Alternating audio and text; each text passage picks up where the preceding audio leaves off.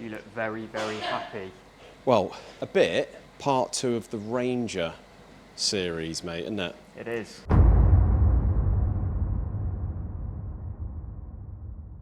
The 3.2 block that I bought yesterday has turned up already. So you've got it face down, just about to reface it on the Just floor about to, there? yep, just going to tow it to the back of the vehicle and tow it around the block, mate. Give it a good reface. Nice. So yeah, just coming, mate, off the pallet. Looking rather oily and fairly rusty on the exterior. Yeah. But stuck my fingers down the bores and it all feels not too bad. No major, feels like no 2 or major, 3 have got a little bit of alley on there where it's picked up. Usual, mate. So we've gone and bought an engine kit with 0.5 pistons. This is a standard bore, so fingers crossed. Should clean this one. Yeah. But yeah, very hard to get hold of. Actually, yesterday morning or the day before, when I sort of went on eBay to have a look at these, I thought it was going to be heaps of them, isn't there? They're all blowing up. No, That's quite the problem. sought after. They're all blowing up. They're all blowing up. So yeah. they're either just knackered or Well, a scrapyard. the only ones you can find are where reconditioners are doing a short motor or a recon block. So I suspect that they're getting these engines in blew up, doing them themselves, aren't they? Yeah. They're not selling second-hand blocks. Managed to get one. Although I only rang around for an hour or two, seemed to be the only one for sale. Weird. Can we measure the bores live on camera? Have a little... Why don't we? Why don't we, mate? Standard bore size is ChatGPT that, my friend. So, according to the internet, the standard cylinder bore is 89.9 mil. Really? Or 3.54 inches. That's a bit weird size, isn't it? Why not just do it 90? I know. 89, and that's the bore size, is it? 89.9, yeah. So 89.9 divided by 25.4, 3.5395. So set the old micrometer. Don't normally do this live on camera, mate. No, we don't. Caught me unawares, you have there.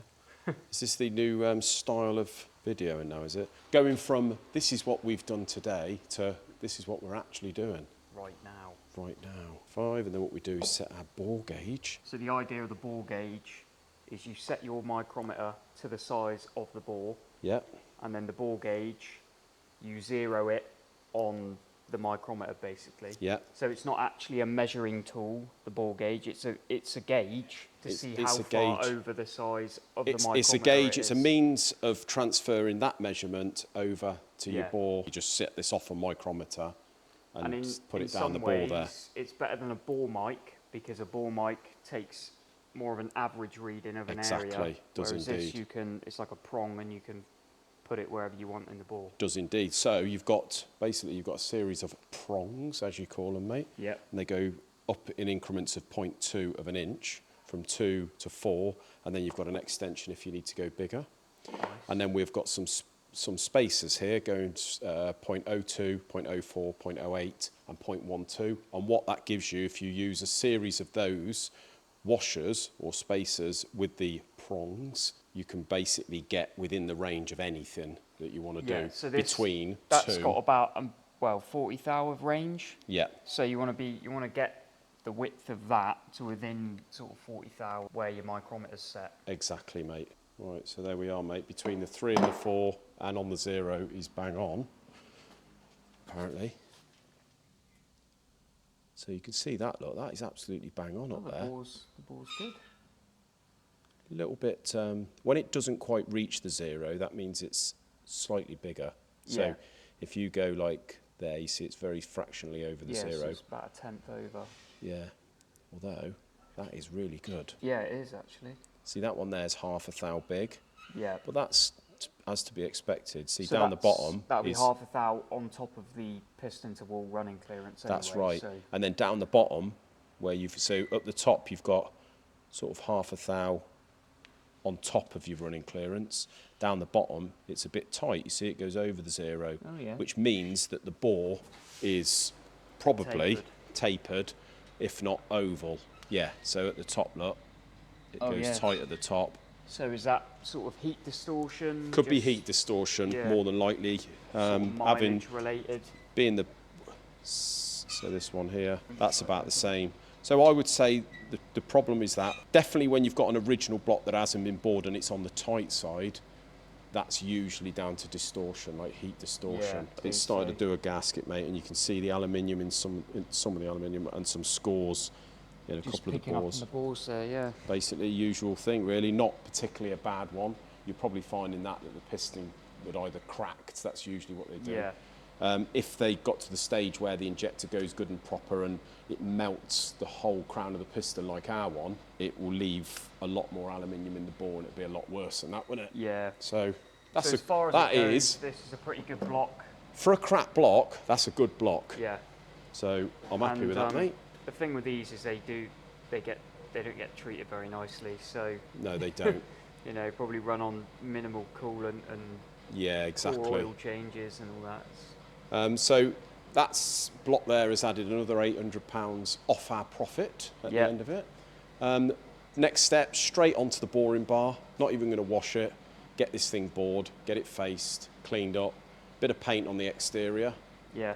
Thorough clean, and away we go, isn't it, mate? This it's Monday now because it is Friday. Get on with this. I reckon we'll have this done by the end of next week. If you wanna shop blast it, that's all up and running now. Got the bag? Yeah, got Let's the go and have a bag, look at the bag. New filter bag. Is this the very expensive filter bag? Yeah, I know, it was 200 quid. Was it really? Well, I think Mind so. you, the last one did last 25 years. Yeah. Albeit, sort of didn't do a lot for probably the last 10 years, but look at that. That's a bag and a half, isn't it? Yeah, it is. £200 worth. Well, yeah. Never Basically pulls the air out of the inside of there and then shoots it all, drags it up through there and shoots it out of there. But Keeps the dust. Where the bag went before, it would just throw dust out there, wouldn't it, mate? throw dust Hence- out, throw dust back inside. Yeah, I need to have a clean up. We'll have a little back clean here. up, but yeah, wonderful. Have you tried it, have you? Yeah, it works really well now. Does it? Yeah, Magic. yeah, Very excited, mate. So hopefully, if we can get that milling machine working good, yeah. on the move with the machines, haven't we? Yep, Getting them back to working, mate. So there is a benefit to having a quiet period. there is. Watch that bin. Well, guys, back at the man cave and a little update on the Mark 1. So firstly, guys, we're not in a major rush to get this done, but I had a word with Steve at Tipton Garage yesterday morning and also Friday, and we've booked this in for the beginning of July. So I need to get all the wiring done by the beginning of July, and I had a good go at it yesterday, guys. Actually, I had a bit of a house full in here yesterday, so I couldn't really do a lot of recording. I'll show you my progress with the wiring loom. So from the relay box, guys, if I just get me torch, this needs a bit of tidying up, and I've had a word with Tom Upton today, and as Steve pointed out, we're going to make a nice heat shield here to go in between the exhaust manifold and that relay box. Tom did say, why didn't you put the relay box in the footwell or under the dash? But I said, really, because I couldn't be bothered to sort of start clambering around. So I wanted everything underneath here, so it's as easy and maintainable as possible. So really, the wiring goes around here. You can see me coil loom there. This loom is to the crank position sensor, which is obviously a separate loom, which I'm going to route round the back, I think, away from the other loom. Over here, we're going to do a little bit more tidying up, but as you can see, look, we've got all the TPS connector there, all the rest of it, all quite neat. This loom sort of goes top of the radiator there. We've got the injector loom, you can see, on a Deutsch connector down here. What else? We've got the air temperature sensor down there, sensing the temperature of the air that's going into the trumpets. As people did point out, and so did Steve, we're going to need some more room between the inner wing and the trumpets. So these are 90mm trumpets, but we are going to be exchanging them for 60mm. They're just what come with the Gen Vs, but Emerald, I have spoke to Emerald and they said they would have them back and we could exchange them for the 60mm, which is ideal. So really, guys, everything is on Deutsch connectors. Oh, yesterday I've exchanged the original temperature sensor for the gauge for the one that come with the Emerald ECU. So I've changed that to a M12 by 1.5 thread in the head, and remove the thermostat and make sure I get all the swarf out of there. Not that there was much in there, but make sure that doesn't go down into the water pump. So I've converted that. I'm going to find another little route for my temperature gauge, probably an adapter in between the hose somewhere. Might not read overly accurate, but it will tell me that when we're on full water temperature, which is all I need to know. Main thing is that the ECU's reading the right water temperature. And what else have we got? Oh yeah, so I've done the air temperature. That loom that goes into that hole there, that goes to the back of the car to the fuel pumps. I'll just show you this.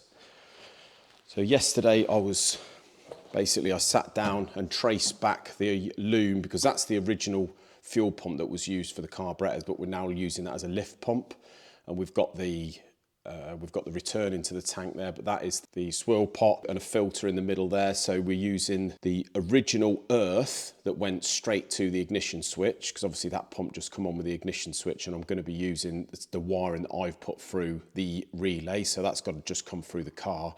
And you can see I've sorted out the earth. So I've used the original earth, and that earth goes all the way back through the car to the earth point on the isolator switch. So that's the one I'm going to be using.